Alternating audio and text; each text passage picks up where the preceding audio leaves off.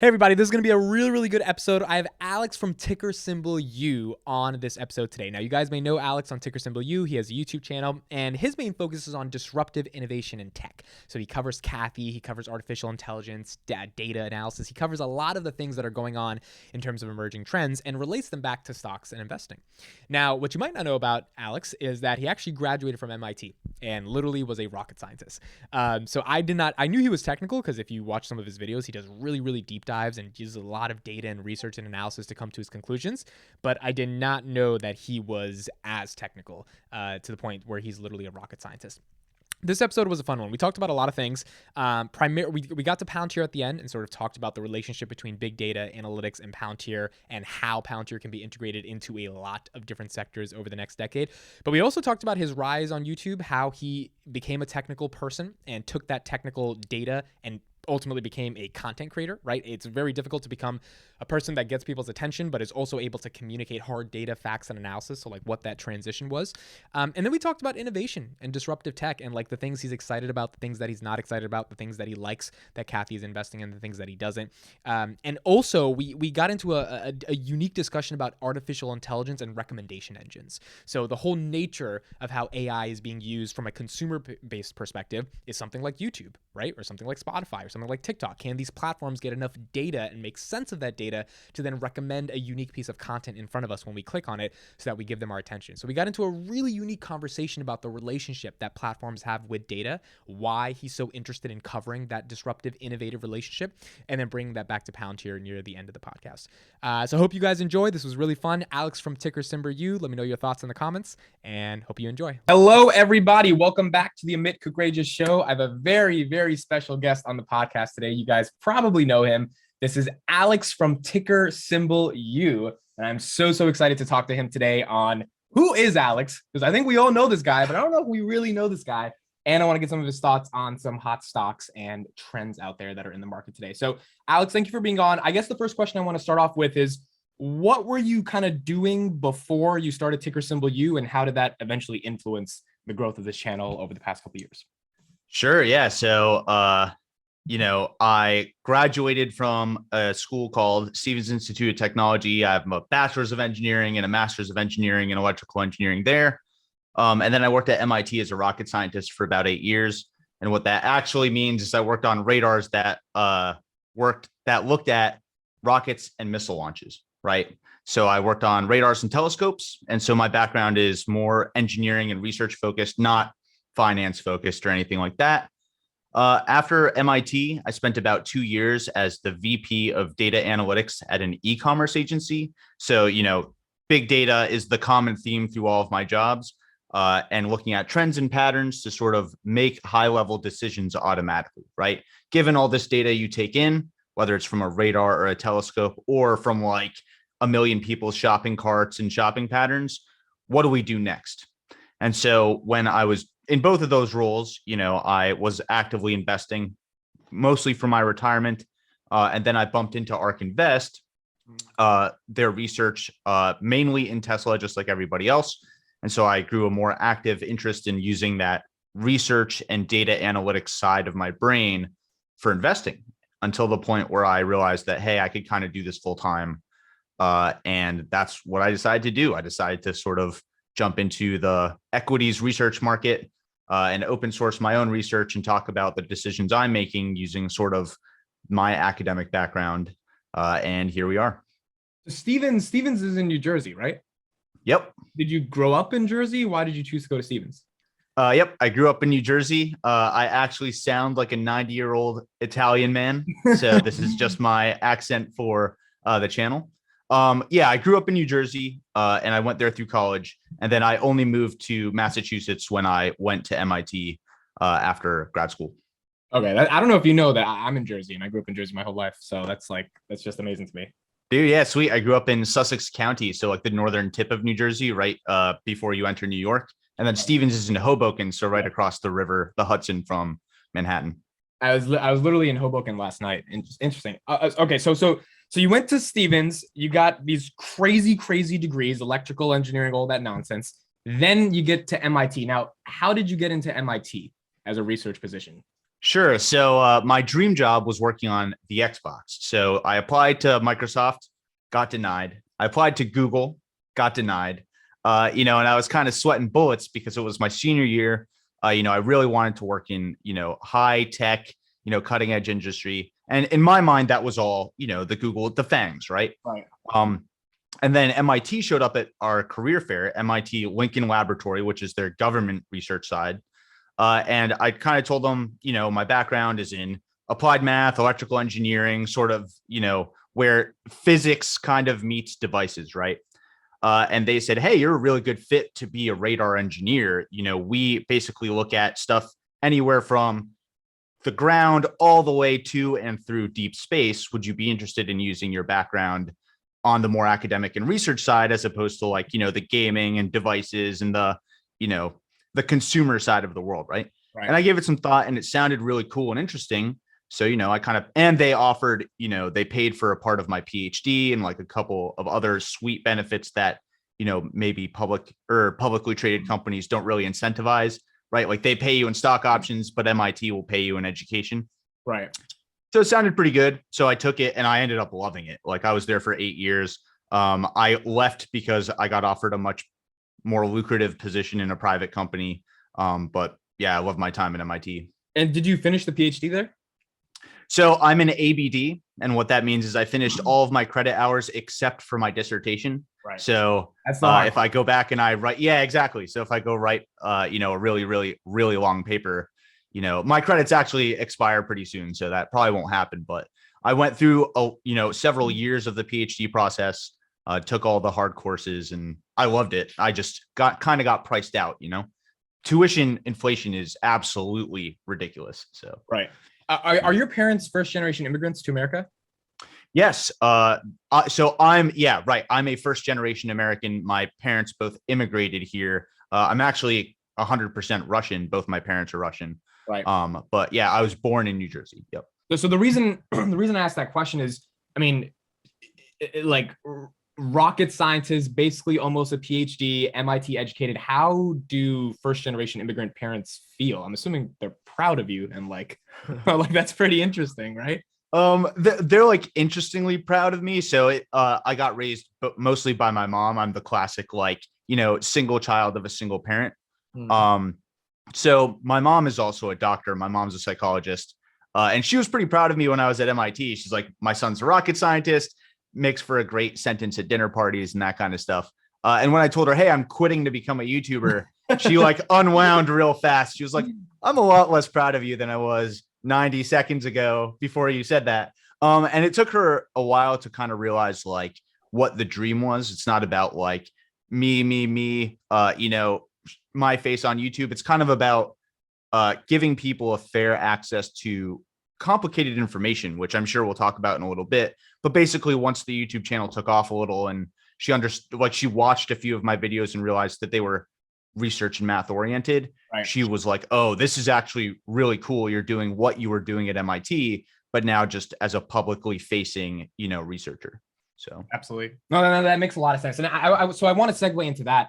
Before we get into the actual technical research and stuff that you cover and the trends that sort of excite you, MIT, then you get a position at an e-commerce company oriented around data analytics, and then you transition to YouTube. One of the things that I understand from a communication perspective, because my background is in competitive communication and public speaking, is most people who are very, very technical have a very difficult time, because I've coached a lot of these people, actually communicating their technical thoughts to the world. I mean, this is kind of why at startups you have the technical co-founder and then you have the visionary, because it's very rare you get a visionary technical guy that can actually communicate stuff. So for you, if I were to just look at your resume on paper, I'm like, okay, super technical, understands a lot of the world. But then I see your YouTube videos, and not only given the amount of attention you're getting, but given the actual quality of the content, it is communicated in a way that is consumable, which I think is why it translates to the attention you're getting. How did you make the transition, or was it even a transition, to take hard technical information and actually make that consumable for the masses? Sure. That's a really great and important question, and probably, in my opinion, the most important insight that you could ever share with anyone, right? Is like, an idea is useless if it's stuck inside your head and can't be shared. And MIT is where that really got beaten into me, both in graduate school and in MIT Lincoln Laboratory proper. because what my job was there was to be an engineer and a data analyst, and then turn around and be able to talk about my research to government and, armed forces sponsors and people who are holding purse strings, but don't have that same technical background, right? Why is your radar important? Why is this sensing modality important? Why is the theoretical math you're doing important in a practical sense? Why should I be giving you money to do this? And so what we learned really quick is to think in a few different layers, right? There's the technical layer that actually is responsible for getting the job done. And then there's like what I'm naively calling the PowerPoint layer or the YouTube layer or whatever your medium of communication is.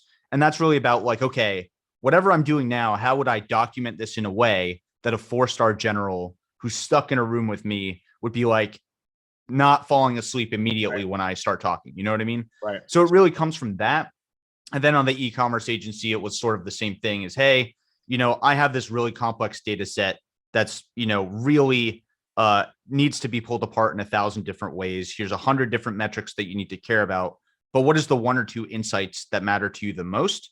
And where are the 1 or 2 like very strategic, sniper shots we can take in your business to sort of amplify those dollars, right? Get you the best return on your investment, right? Is it something that's not working in your checkout funnel? Is it, just something fundamentally broken in some other part of your website? Is it just the messaging? What is the big insight that you should be paying me for and then pumping a lot of money into to fix or double down on or whatever, right? And you were responsible for finding those insights to give to those using data to find insights. So, in government, that looked like, analyzing radar and telescope data.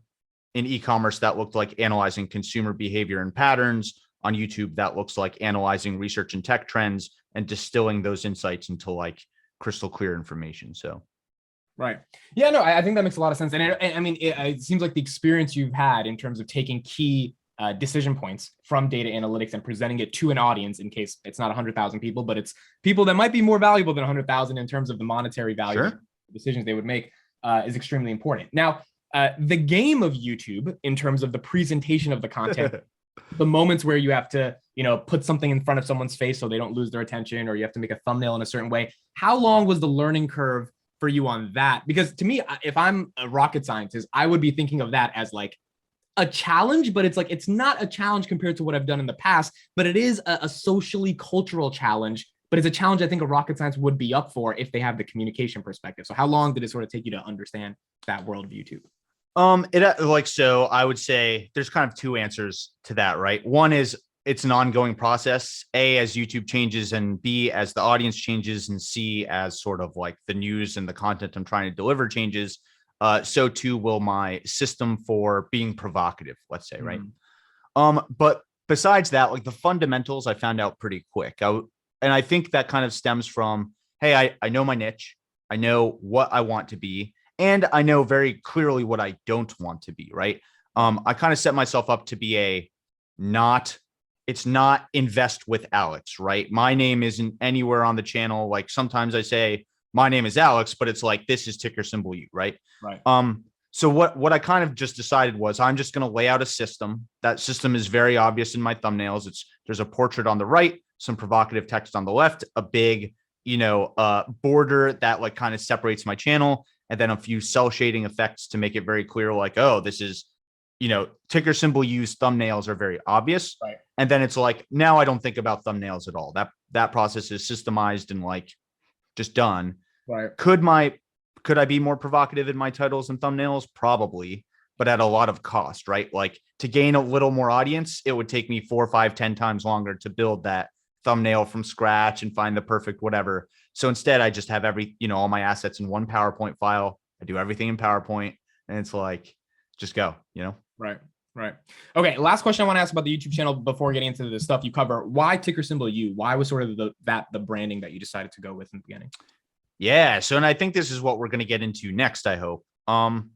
There's a lot of finance YouTubers out there, right? There's a lot of people that are focused on, and you're this way too. And this is not any sort of dig at all. It's just not the angle I'm taking. But there's already a lot of people out there where the channel is their name and you're following that personality and you're excited to hear what they have to say. And the connection is made sort of person to person. I don't want that, right? Like I want to be presenting ideas that have merit, regardless of who's saying them. And one of my big concerns was if I tell everybody I was a rocket scientist at MIT and I'm the VP of this and I have those credentials, everyone's just going to trust me because of my background, not because I'm presenting good ideas. So my idea was like, I should be replaceable. You should be able to copy and paste some other dude into this chair. And if the idea is good, it should get the same reception, right? So now it's more about like, hey, do you believe in autonomous vehicles? Do you believe in, reusable rockets? Do you believe in 3D printing? And people can use those data points and deny them or accept them or whatever without saying, oh, if I don't accept this, I'm disagreeing with a dude who's a rocket scientist, almost PhD, right? Like it's hard to do that when you hear those credentials. So I wanted to eliminate that from the story, Right. No, I mean, that makes a lot of sense. Obviously, there's a very intimate personal connection with a content creator and their audience. And I think that's why people choose their real name. That's why they choose to sort of develop that connection. But the trade-off to that is that, if you're wrong about something, there's a lot of backlash. And obviously everyone is going to be wrong. I mean, I said on my channel, I was long Facebook a month ago and Facebook just took a dump. And yeah, I have like 10, 15 shares at best. So it's like, it's not the worst financial impact for me, but it's like, I got to live with the fact that I believe in Facebook and now I'm, my conviction is being tested versus this sort of brand that is behind the research associated with it. It's the research is there, but it's with a personal connection. And that changes the dynamic a little bit around content creation. So that makes a lot of sense. Cathie Wood and ARC. I mean, I think your channel is probably one of the most exceptional channels on the internet for just hard research focused data. Because a lot of people are talking about Cathie Wood. Right. Because a lot of people are talking about her. She's in the news. A lot of people are talking about her thoughts and ideas, whether it's negative or positive. But there are very few people, I think, on the internet that are actually taking the most truest elements of her research, adding a bit of opinion, and then going into all of the University of Michigan studies she actually talks about, and then trying to bring it back to the source. So what about her fascinates you, and why did you sort of build your channel around covering her growth? Yeah, so there's like a bunch of answers to that question that all fit together. So in terms of just her funds, they're one of the only sets of truly actively traded funds out there in terms of she publishes her data daily for people to literally ingest and analyze how they please, right? So that's like an asset I can't really get anywhere else. Then one level above that, they publish their open source research, literally sometimes even before they finish doing it, right? So for example, their Tesla valuation is this big, Monte Carlo spreadsheet where you hit a button and it gives you 40,000 outputs and like the statistics on those outputs and stuff. And some of them don't make sense, but it's like, here it is. It's open source. Go to this GitHub link and download it. That's pretty unheard of from a financial institution that generates, that controls $50 billion in assets, right?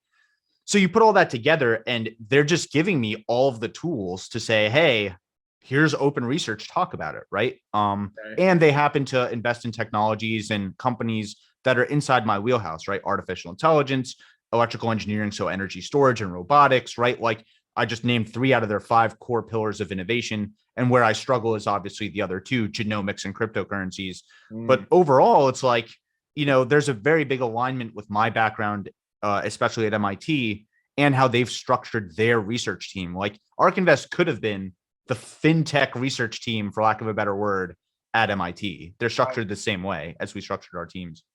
That's such an interesting point that you bring that up, that ARK could have been the fintech research team, because now that I know about your background, it's in research and sort of heavy analysis of a lot of things. It's sort of a no-brainer why a fund that is open sourcing all of their research is attractive to you to analyze. I mean, obviously it's attractive to analyze because you have something to analyze. They put out the content for you to consume, but it's high quality content and you have a background in researching high quality content. So there's a really symbiotic relationship there. Okay, so I want to talk about those 5 pillars. Which out of the 5 pillars that she's bullish on would you say is kind of your favorite to sort of analyze and really understand? Artificial intelligence, no brainer. Why? Yep. So artificial intelligence is like this triple whammy, right? First of all, it bleeds into the other pillars. So for example, artificial intelligence enables robotics. It enables optimization of energy storage. It enables fintech and crypto. It enables genomics. So like artificial intelligence touches the other 4 in a way that's not true if we were to say like genomics, right? Genomics and crypto don't exactly touch, for example. Good point. Yeah. So that's one.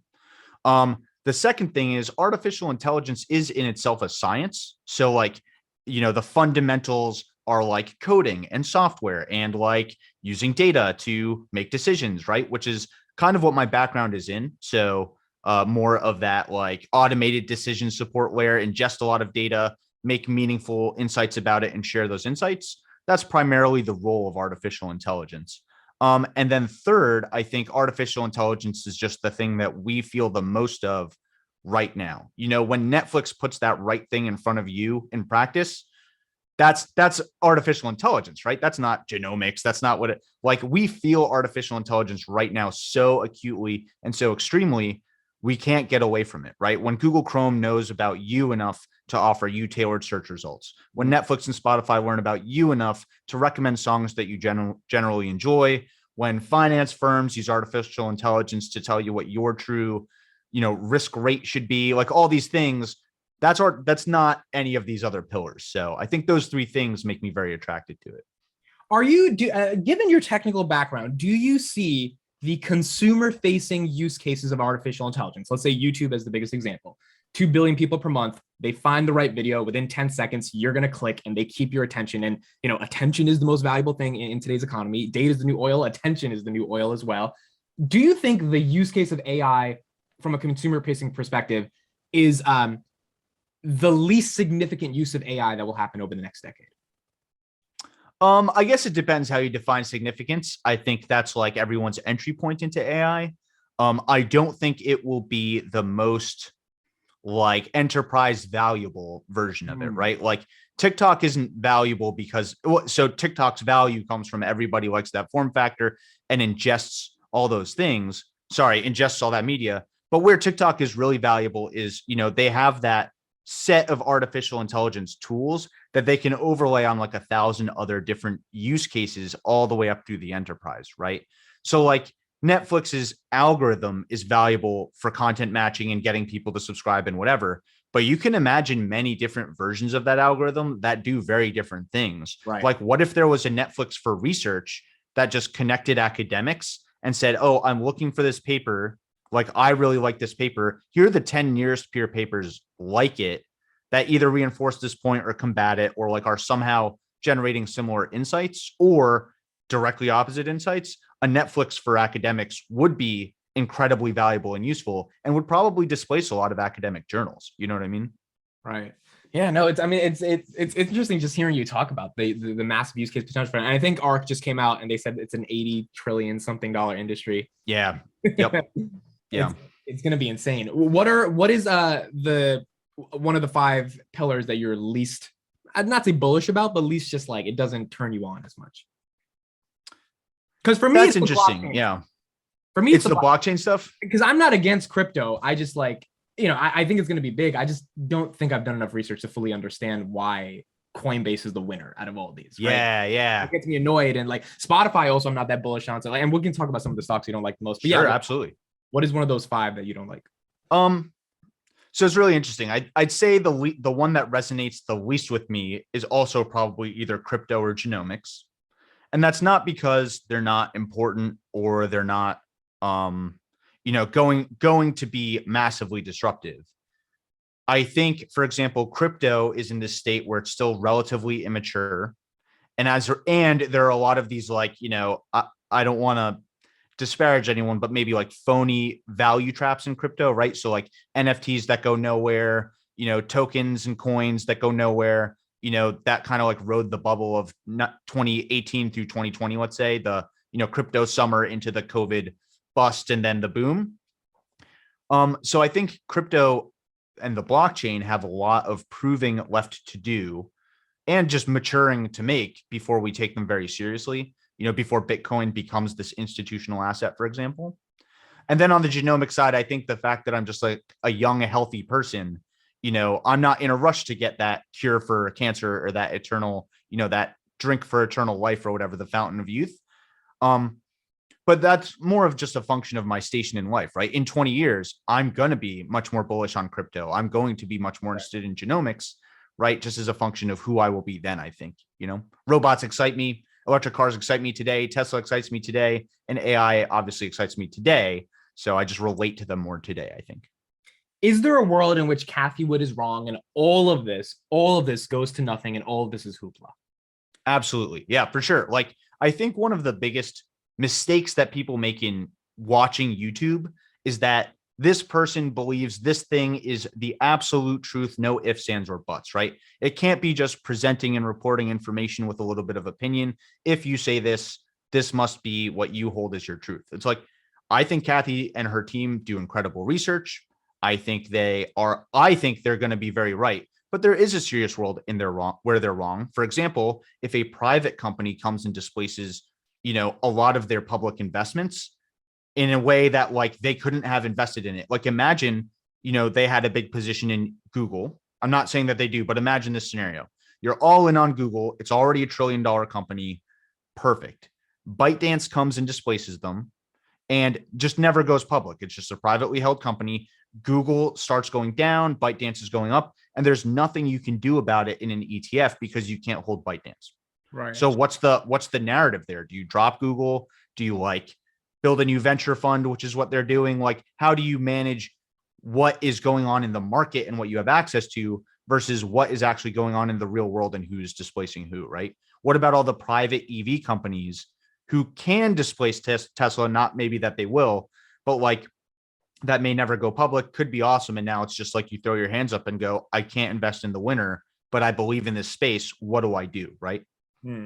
So you think there is a threat from private startups that are technologically savvy and focused that could displace a lot of the public companies that the ETF has to invest in? And I mean, you're just describing the cycle of the market, right? Google at one time was a private startup that displaced Alta Vista, which was the search engine before Google, right? Like Facebook was this not publicly traded company that disrupted a company called MySpace, right? Like, there were all these, the companies we know and love today started as these like in literal garages, right? Mm-hmm. Trying to build one thing and then evolving, and they were uninvestable for decades, right? Like people would laugh at you for investing in Amazon as late as 2015, right? People would laugh at you as late as 2018 for investing in Tesla. Like it was a publicly traded company for like 7 years already, flat stock going nowhere. Elon Musk is duct taping batteries to cars, right? Like was sort of the message. And here we are. It's like one of the most valuable companies in the world. It's in every index. Elon Musk is arguably the world's richest man in only 3 years. This is a story that would have been laughable 3 years ago to the market, but it's absolutely true and what we all love today, right? When people criticize Cathie for if Tesla wasn't in the fund, I think the stock price would be like $30 or something. Like I've heard of that. And in 2018, when she was going on CNBC and she said, "Hey, it's going to hit 4,000," everyone was laughing at her. It hit more than 4,000, and she turned out to be this saint. Like, do you think the criticism of the one bet on Tesla that turned out to be phenomenally correct is the only reason she actually has this attention on her, or do you sort of side with, well, that one bet worked because of the methodologies of research that they innovated? So it's a really interesting question. I like whenever I hear that, I always flip it on its head, right? Like Tesla was one of their best performing calls. They got it right, period. Right now, let's exclude Tesla. Which fund do you know which fund actually was the best performing fund in 2020? Like just off the top of your head, it was ARKG. ARKG didn't contain Tesla. Their best performing fund in 2020 had no Tesla in it. That's the genomics fund. Yeah. So it's like if you either have to acknowledge the research machine that both popped out Tesla as the best investment and independently ARKG, which was the best performing ETF in 2020, right?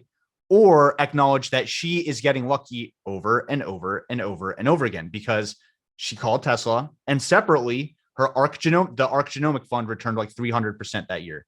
It was like plus 180%. You know what I mean? Right. So almost a 3x is what I mean to say. Right.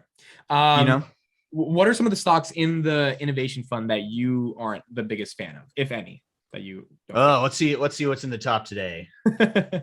Because I'll go first. I hate Spotify, not because of this whole Joe Rogan nonsense. I hate Spotify because I think the music business sucks. I think, yes, they might have pricing power, but they also have relationships with record labels that if you increase Spotify from 10 to 15, a certain percentage of that has to go to the record labels because it's still their content. And then so like the podcast bet, I don't see them. I mean, yes, they become the Netflix of podcasts, but I'm just like, I don't think that's necessarily creator friendly because then creators don't get access to the real estate of the home screen because you're shoving all this premium Gimlet Media Joe Rogan stuff down our throats. So I was never a fan of Spotify at all. Are there any stocks that sort of you resonate that you're just not into? Yeah, you know what? I would say the number one stock that I think should not be in any of these funds is Robinhood. I think Robinhood is just like, Robinhood. All right. payment for order flow, right? Like you have all of these. So Robinhood does provide frictionless access to stocks and crypto, and it does all these like interesting things that get investors in. But man, like, just ethically, how are you supporting payment for order flow? They're a controversial company, now that everyone is doing, commission-free trading. How do you justify still holding Robinhood in a world where their moat is no longer like really, commission-free trading because of payment for order flow? Okay, like anyone can do that now. Most businesses choose not to, right? Like, or some, I should say, choose not to. Why is Robinhood in here today? What's that? Why do you think she's bullish on it? Yeah, I think, what Robinhood is really building, at least according to ARK Invest, is this sort of, for lack of a better word, ecosystem where, you get really easy access to everything on one screen, right? Stocks and crypto, frictionless trading, they're very good at, attracting a segment of the market that was very not interested in investing stocks or crypto, the younger demographics, and getting them into the market in a successful way, right? Here are all the tools you need, including dangerous tools like margin, to trade, to access the market. But Robinhood offered me 25 grand. And I'm like, I'm 23. I'm not taking 25 grand, because there was this guy who unfortunately killed himself because he went 700K down because he was playing with options on Robinhood. And I'm just like, the money, you keep your 25 grand, Robinhood. I don't want to touch it. Right. And that, I feel that with Spotify too, right? There's a great podcast called the All In Pod, right? And they're talking about Spotify right now and Joe Rogan. And the idea is, is it the responsibility of the platform to just provide access, keep its mouth shut, and let people use the tools? Or should they have some responsibility in the things that they provide and promote? Should there be an editing layer to these platforms? Should Spotify, for example, not allow certain creators? Should Robinhood, for example, not allow certain financial tools to certain people? Like, how do you justify denying a 23-year-old margin, and on what grounds, right? Like, nope, you're 23, you can't get margin, right? Like, is that fair? I'm not sure that it is, and I'm not sure where the line is. And I acknowledge it's a hard problem, right? Like, so you sort of explained the Robinhood thing, the sort of ecosystem of financial services for the young millennial, which I'm very grateful to Robinhood, because I would not be into investing if Robinhood didn't exist. Absolutely. But the moat, as you said, is declining a little bit due to competition. Can you talk a little bit on Spotify? Because this is the one stock, and I want your opinion on it, because I know you cover ARK. When I saw this, that it was like number 7 in the ETF a year ago, and I don't know where it is now, I was just amazed, because I'm like audio being the future, I can get. I can even get a world in which audio replaces video I think that's hard, but it can happen given the frictionless nature, AirPods, of audio. But I don't understand why a platform that is choosing to pseudo become a publisher, because they just got rid of 100 episodes of Joe Rogan, so that objectively is your publisher. You're making absolutely, yep. Why are they betting on that? Like, what do you think is her thesis around a music app? So there's all these things like what, and this is, I'm sure we'll talk about this a little later too. One of the big things that a lot of people don't understand about investing is sometimes the big differentiator isn't on the front end, right? And, we'll talk about Palantir, where this is a clear example. But for Spotify, it's not about audio, video. It's about the way that they smartly recommend music, how they combine user preferences, their playlists, and whatever, to effectively navigate what you can think about as like a constellation of songs and playlists, right? So they have a lot of smart, again, artificial intelligence that helps them understand how songs relate, not just by, what's inside a song, literally like the drums, the beats per minute, the, who's singing and how, but how users are grouping them together, right? Hey, these two songs always appear in the same playlist together, always. What can we infer about these two songs? When we recommend one song to the next person, should we also recommend the other, right? So there's like all this interesting content matching that Spotify is doing with signals, right? Which is what music is. That's not very easy to understand and replicate. And if Spotify were, for example, to pivot into video or video games or other media, what advantage could or would they have as a result of being able to say, hey, all of our gamers have these two games in their library. Can we identify why and when we would recommend that smartly? So you're sort of saying it's almost like, and this is going back to our AI consumer-based discussion, they're investing in a recommendation engine that today is rooted around 400 million monthly active users' audio preferences, and one day could expand beyond audio, but also could integrate other things within audio to just become this behemoth of a recommendation engine, which, you know, it sounds simple. Okay, they're investing in a recommendation engine, but there's not that many really good recommendation engines that exist. No, there's not. No, there's not. And that's what makes like ByteDance so dangerous, right? That's what makes TikTok so dangerous, is it's such a good recommendation engine that it looks at your engagements millisecond by millisecond per video. And in like 10 TikToks, it knows everything about you, right? It's a recommendation. We're talking apples to apples here, because even though it's video to audio, short form to long form, whatever, right? 3-minute TikTok, 3-hour Joe Rogan podcast, Lex Fridman podcast, whatever, the tech underneath, that ability to recommend content to users and then place sponsors within that content, ads, specific sponsors, whatever, in a frictionless way. Right now, we're talking about TikTok versus Spotify versus Roku versus Netflix in a way where it makes sense to compare them, which is what ARK Invest has really isolated. Hey, these stocks don't make sense to compare on the surface. One's video, one's social media, one's, podcast only.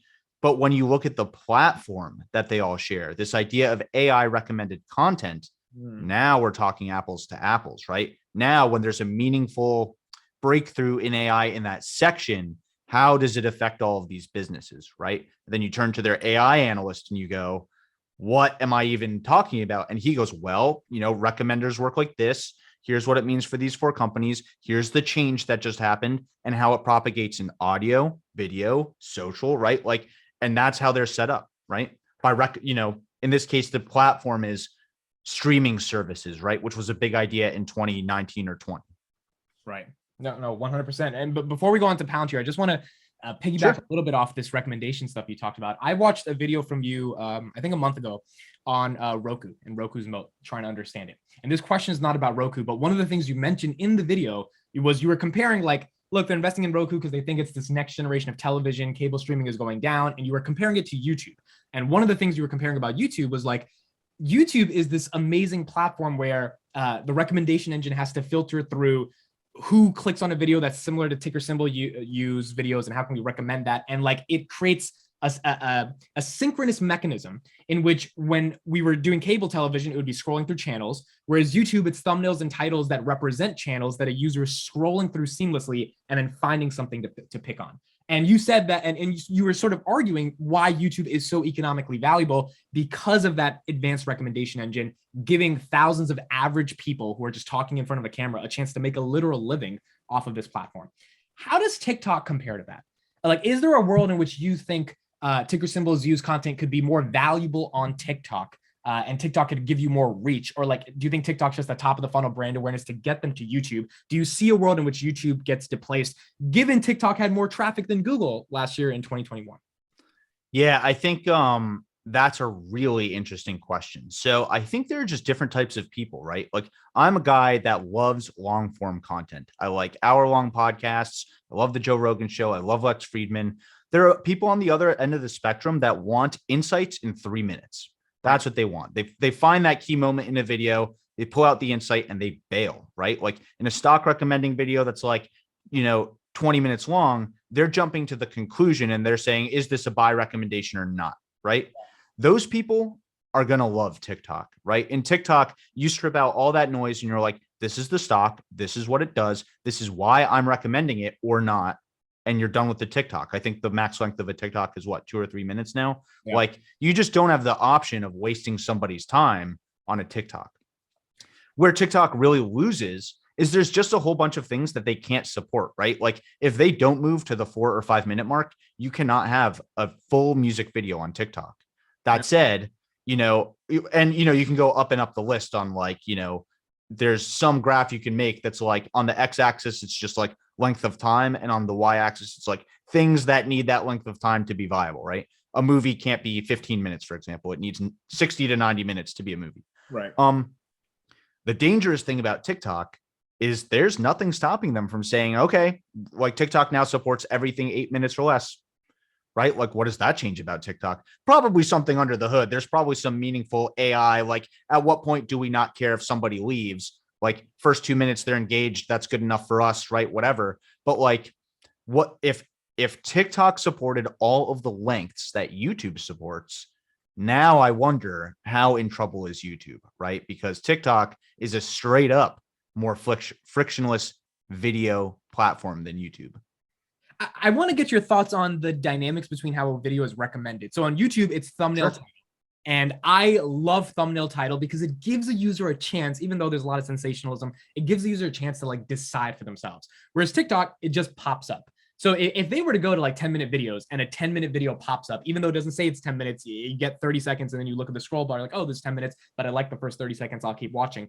Do you think that's a better like click-through rate mechanistic form of recommending videos versus an attractive thumbnail or title that says that it's 10 minutes? That's a good question. I think it depends on if you're looking for something or if you're looking for a feeling. So let me at least try to assemble my thoughts here, right? On TikTok, you're usually there to be entertained, or like, maybe there's some version where you subscribe to a few people and you're looking for something informational really quick. But usually when you're on TikTok, you're not searching. You're just like, I have time to kill, whatever. Like, I'm looking for a certain feeling. I'm going to find it on TikTok, right? You're scrolling till you find it. Cute puppy, right? Like animals doing stuff, whatever. When YouTube is a search engine, right? So like what you're doing is you're typing something in. First of all, you have to type something or else, scroll down the scroll screen, whatever. You are searching. And then each thumbnail represents the answer to a question, right? Like, which is much different than like going for a feeling. So I think in those two ways, they don't compete. But YouTube does a very bad job of helping you satisfy a feeling, right? You must be searching for something. TikTok, I'm pretty convinced that if they incorporate some search mechanism, they can do both. It's like, that's what makes TikTok so scary. And I will say, most YouTubers, most people on YouTube don't know what they're looking for. Right. They often, you'll watch a video and you'll be like, oh, that wasted my time. On TikTok, that almost never happens because TikTok knows what you're looking for. Right. Interesting stuff. It's going to be fun to see what happens over the next couple of years with major platforms. All right. So AI is the thing that you're the biggest, you're bullish on the biggest out of the 5 ARK categories. Palantir, Absolutely. Obviously a stock that I cover heavily on the channel, primarily because of sort of the same thesis you have around AI. When did you first learn about Palantir? When did you kind of start your position in Palantir? I probably learned about Palantir in 2020. So actually not forever ago at all. I started my position in Palantir when I really figured out what they were doing. And the reason I figured out what they were doing, A, because I just read a crap ton about it, about Peter Thiel, about Alex Karp, and B, how they got founded, right? Fraud detection in PayPal and all that kind of stuff. And that's actually where I got really bullish. So the science and technology that they're using under the hood, I suspect, I can't confirm, I don't work with Palantir, I have no affiliation to Palantir, this is not financial advice. I suspect they're doing something very interesting under the hood that no other company can easily replicate, that I've seen research in at MIT, that I think is like they're sneakily using it everywhere. And that what I know about this research really works, right? So they're attacking a lot of different problems the same way, which is why you can have Foundry for crypto, Foundry for robots, Foundry for, insert business vertical here. Because they've built a platform, again, like ARK Invest only invests really in platforms, ecosystems, that kind of stuff, that's designed to take in a lot of data and quickly generate the right insights around that data. They're approaching that big data problem from a very different way than their peers. I'm assuming when you realized that it was big data, as you were doing your research, it kind of immediately excited you given your background. Yeah. Yep. So it's like even now Palantir is largely considered a meme stock. And I think people are just missing. So like, this is going to be a common thread on my channel, on ARK Invest, like on everyone as they kind of wake up. There's a big difference between financial analysts on Wall Street and their background and how they're looking at balance sheets, and the companies driving the future and their technological background and the innovations in science, engineering, technology, math going on. The analysts making these earnings per share and revenue guidance numbers, right? The consensus estimates are not equipped to understand what is driving those earnings per share and revenues. And we're going to see that come to more and more fruit. Like here's what shakes out for investors, because I know what I just said is high level.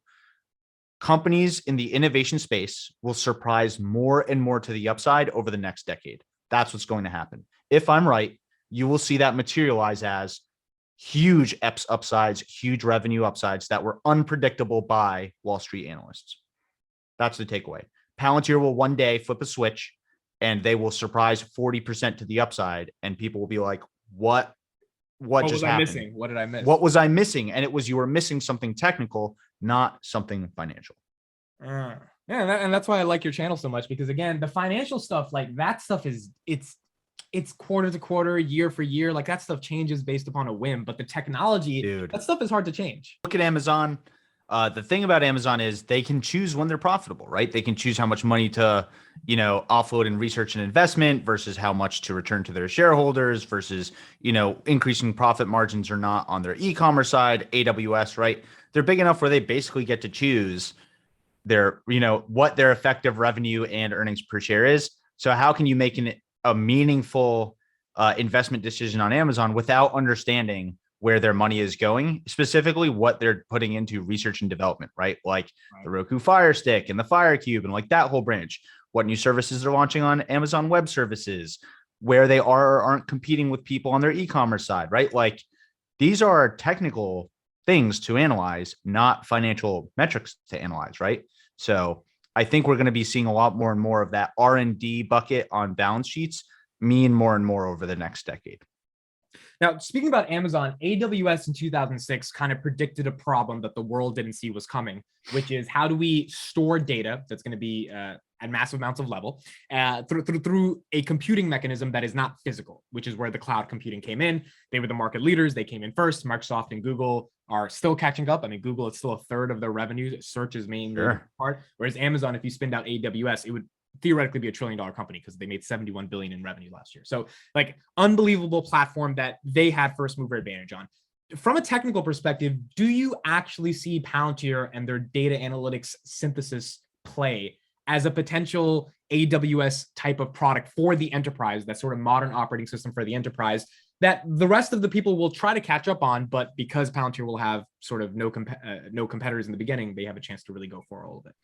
Yeah, so I think Palantir is addressing two key problems that are both like square peg round hole type problems, right?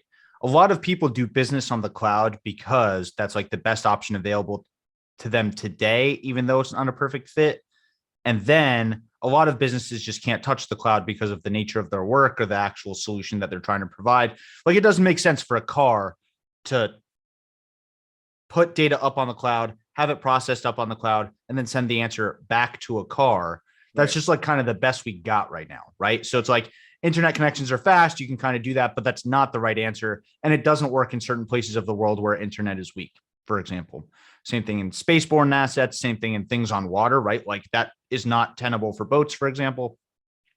So I think where Palantir really comes in is they're able to do two things. A, they solve a very different kind of problem than, the solutions offered on AWS or these other computing solutions. But B, they're solving it in a deployable way where you don't need to talk to the cloud to do it. So it's like now you can embed a module of Palantir onto a satellite, onto a robot, onto a drone, onto all these things, have the calculation, on an autonomous vehicle, for example, have the calculation be done on board and never leave that asset, right? And now you don't have to deal with all these security issues that come with, oh, well, this thing needs to talk to the cloud. So there's all these like security network like related problems that need to get addressed if you want to deploy an asset that can touch the internet, right? So I think where Palantir is not really disrupting the cloud, but it's saying, hey, I'm going to take all this market share of people who shouldn't have been on the cloud in the first place, but they didn't have a better solution. So they signed up for AWS. They signed up for, whatever the big AWS competitors are, Microsoft Azure, whatever. And now we're offering them the solution that's actually the round hole for their round peg, and there's a lot of that. Yeah. And that goes down to the IoT stuff, the Internet of Things devices. I mean, satellites, robots, autonomous cars, their partnership with Wejo. That I actually want to talk about that. So how you were able to interview the CEO of Wejo, which was awesome.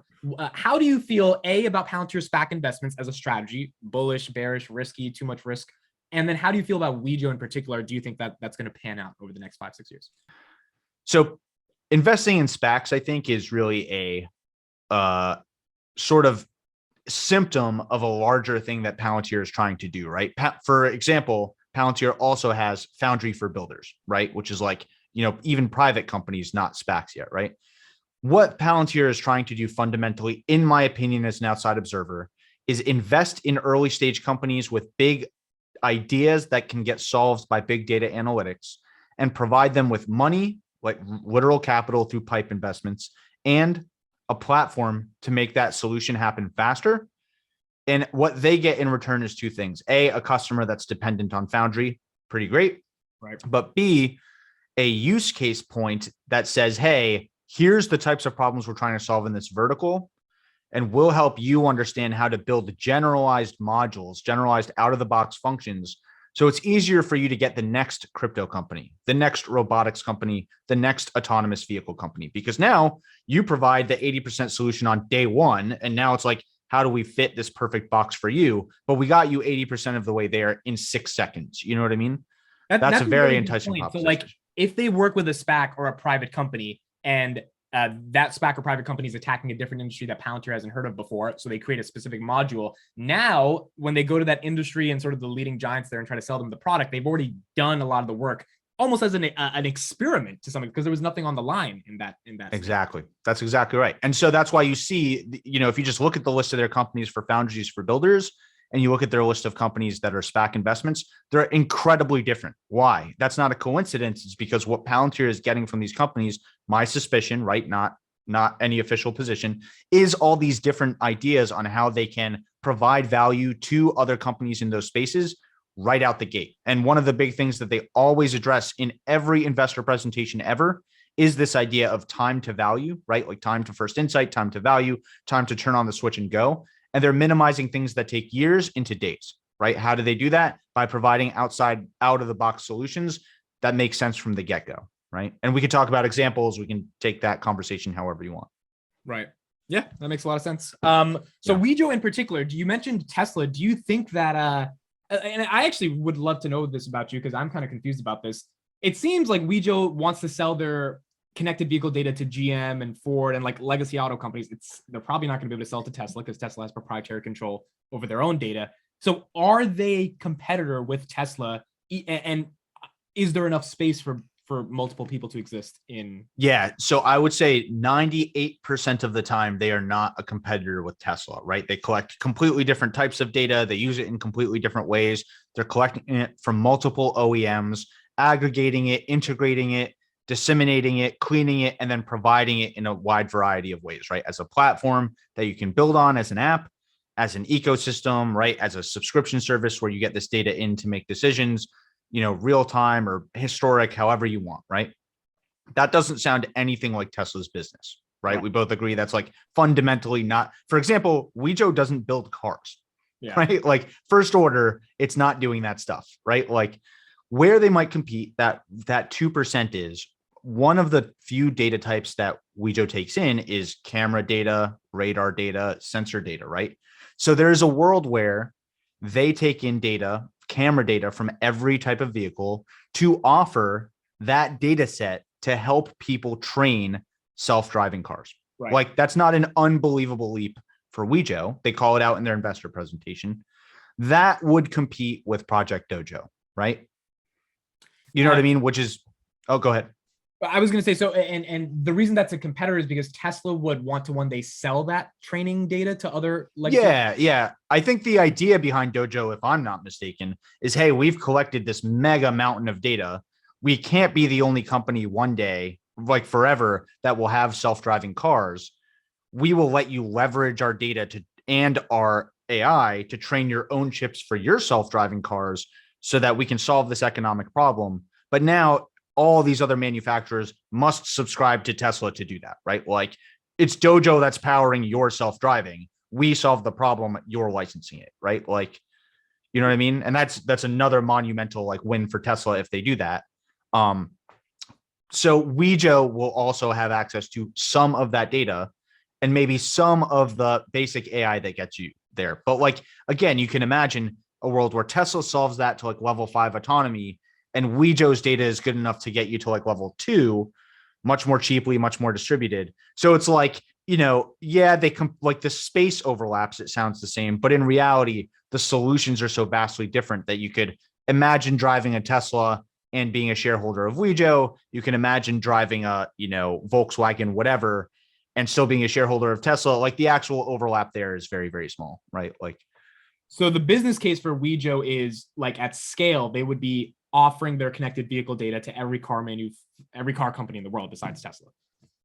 I mean, even including Tesla, it would be more like they offer this vehicle data, right, to people who need it to solve some fundamental driving or driving related problem, driving infrastructure, right, predicting which chargers are open and when, where to get the cheapest electricity, what road hazards to avoid, using all this data in aggregate to solve meaningful problems. And Tesla, as a participant in the market, can say, yeah, we don't really need that data. A, we generate our own, but B, we're not tackling those types of problems. And then Tesla would decide effectively, hey, Wejo exists. We acknowledge that. That's just not a service we need.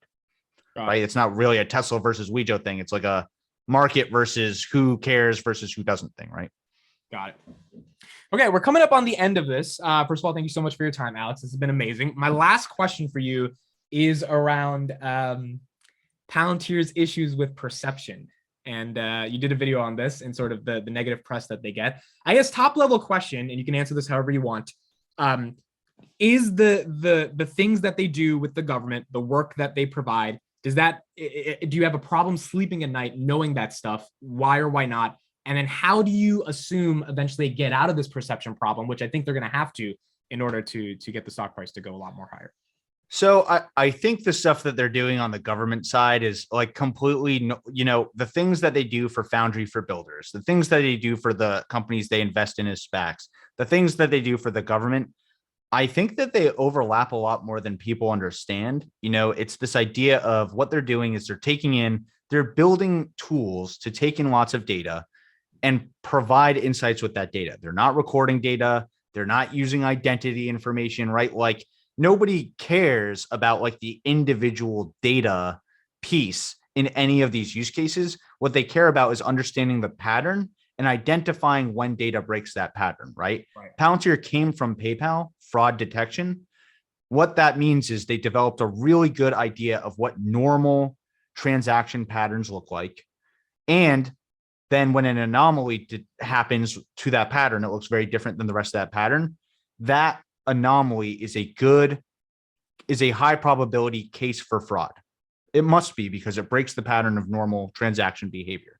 Well, that idea of a pattern of life, developing this pattern and then looking for the things that break that pattern is useful everywhere from food science to genomics to whatever. So what we're talking about is just Palantir is a pattern of life company. For the government, that might look like analyzing intelligence data. For the private sector, that might look like anything from sensor data to automotive data to genomics data. For these startups, it might look like, crypto data. And then helping you understand, here's what the default pattern looks like and all the different ways to identify anomalies, right?